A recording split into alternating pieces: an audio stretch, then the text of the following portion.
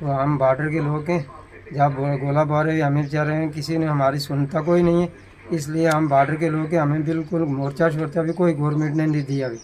हम अपनी आपकी तरफ से हम यही कहेंगे गवर्नमेंट को कि हमने जल्द से जल्द हमें मोर्चा मिलना चाहिए। हम छोटे छोटे बच्चे हैं, एक मेरा बच्चा माजूर है, वो जहाँ मुझे भागना पड़ता है मैं उसको साथ लेके जाता हूँ। इसलिए आपकी तरफ से मैं गवर्नमेंट को यही कहूँगा कि जल्द से जल्द हमें मोर्चा तो जल्दी मिलना चाहिए। अगर मोर्चा होता वो हम छोटे छोटे बच्चे हैं मेरे, तो उनको बच्चों को मैं लेके अपने मोर्चे में अगर रहता ना तो मुझे भागने की कोई ज़रूरत नहीं पड़ती। मैं मोर्चे में रहता हूँ, उसको मैं कांधे पे ठा के इधर से भाग के मैं गया।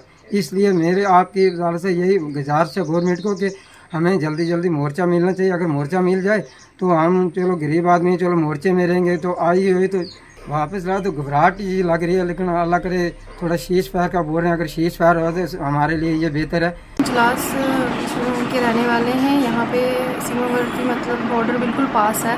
तो जब यहाँ पे गोलाबारी हुई थी तो हमारे घरों के आसपास ही पड़ रहे थे, जिसकी वजह से हम अपने घर छोड़ के सेफ जगह चले गए थे और हम बहुत ही ज़्यादा डर गए थे।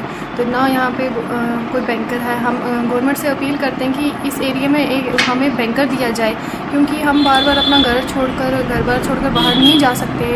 हमने बहुत मेहनत से घर बनाए हैं तो उसको छोड़कर नहीं जाया जा सकता। तो हम यही बोलते हैं कि यहाँ पे एक तो बैंकर दिया जाए।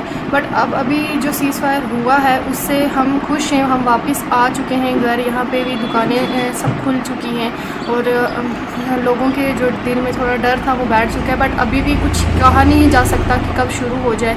तो इसलिए हम गवर्नमेंट से अपील करते हैं कि यहाँ पे बैंकर दिए जाए कि अगली बार वापस से ऐसा कुछ होता है तो हम सेफ जगह बैंकर चले जाएंगे, ना कि अपने घर छोड़ कर कहीं जाए। गोलाबारी अभी बंद हो गई है सर, तो इसलिए लोग वापस घरों में आ रहे हैं जी। तो अभी थोड़ा सारा गोलाबारी नहीं हो रही है, लोग अपने घर में आ गए वापस। तो खुश है अभी सर। गोलाबारी हो गई, उसमें भागना पड़ेगा। बैंकर चाहिए हमको, बैंकर से बगैर गुजारा नहीं है। बैंकर आएंगे तो उसमें छप जाएंगे थोड़ा। ऑपरेशन सिंदूर जो है, जो गवर्नमेंट ऑफ इंडिया ने पाकिस्तान के साथ किया है और वो ज़रूरी था, बट उसके कुछ इम्पैक्ट्स, उसके कुछ असर जो हैं वो गाँव पे पड़ गए।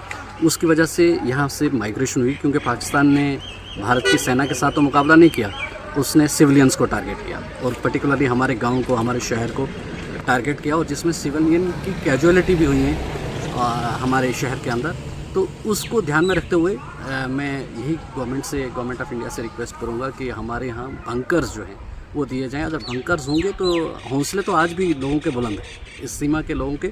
कभी कहीं कहा जाता है कि लोग डरे हुए हैं, तो डर जो है वो इस बात का नहीं है कि पाकिस्तान की गोलाबारी का डर जो है वो इस बात का है कि यहाँ पर हमारी सुरक्षा की कमी है, और सुरक्षा अगर कवच मिल जाए लोगों को तो लोग यहाँ से माइग्रेशन की कोई चांस नहीं है। और लोग इस समय भी ऑपरेशन सिंदूर के समर्थन में ऑल द टाइम यहाँ खड़े रहने के। जो गोलाबारी थी कहाँ गए थे आप? यहाँ से थोड़ा सा दूर भाग के जाना पड़ रहा है जी।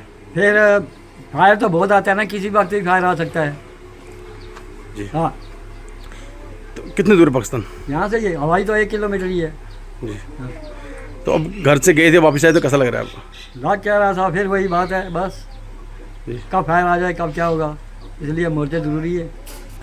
सब सीज फायर के बाद जब ऑपरेशन ख़त्म हो गया सर, सीज फायर हो गया, तो उसके बाद लोग धीरे धीरे वापस आ रहे हैं सर, और कुछ आ भी गए। अभी भी थोड़ा थोड़ा लोगों के दिल में, जैसे पुराने बुजुर्ग लोग हैं या औरतें हैं या बच्चे हैं, उनके दिल में थोड़ा सा डर है, ऐसा ना हो कि दोबारा गोली लगने शुरू हो जाए। उनके दिल में यही है कि अगर हमारे पास अगर कम्युनिटी बेस में अगर बैंकर बन जाए तो सर बड़ी मेहरबानी होगी सरकार की भी और यहाँ की। तो सर हम मतलब अपनी जान बचा सकते हैं सर। बाकी हम ऑपरेशन सिंदूर के साथ शाना बशाना खड़े हैं सर, यहाँ पर आर्मी के साथ और मतलब एडमिनिस्ट्रेशन के साथ खड़े हैं सर।